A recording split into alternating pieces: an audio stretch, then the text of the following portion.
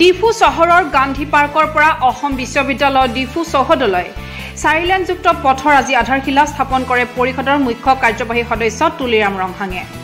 আজি পুৱা ৰংহাঙে সাংসদ হৰেণ সিং বে পৰিষদৰ বহু কেইগৰাকী কাৰ্যবাহী সদস্যৰ উপস্থিতিত ডিফুৰ গান্ধী পাৰ্কত এই আধাৰশিলা স্থাপন কৰে।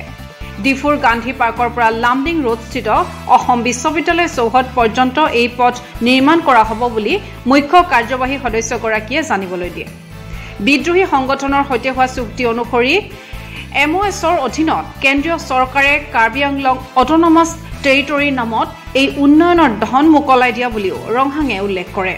মুঠ 8.30 কিলোমিটাৰ দৈৰ্ঘ্যৰ এই পথছোৱা নিৰ্মাণৰ বাবে কেন্দ্ৰীয় চৰকাৰে 107 কোটি টকা মোকলাই দিয়া বুলি ৰংহাঙে জানিবলৈ দি কয় যে চেন্ট্ৰেল গভৰ্ণমেণ্ট পৰা স্পেচিয়েল পেকেজৰ জৰিয়তে আমি 4 লাইনৰ ৰাস্তা ইয়াত আধালা স্থাপন কৰিছে 107 crore এইটো 4 লাইন হ'ব, ডিভাইডাৰ হ'ব, ফুটপাথ হ'ব, ৰেলিং হ'ব, ষ্ট্ৰীট লাইট হ'ব আৰু তাত ৰেলিঙৰ লগত ফুটপাথৰ লগত টাইলছ থাকিব, টাইলছৰ লগত আকৌ তাত ৰেলিং থাকিব, তাৰপিছত ষ্ট্ৰীট লাইটো থাকিব আৰু LED লাইটো থাকিব।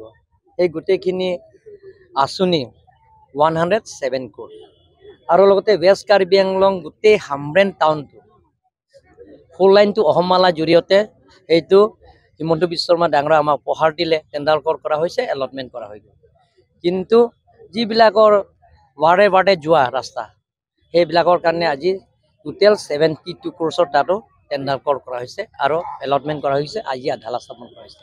গোটেই সেই দুটা স্কিমৰ কাৰণে আজি আধালা স্থাপন কৰা হৈছে।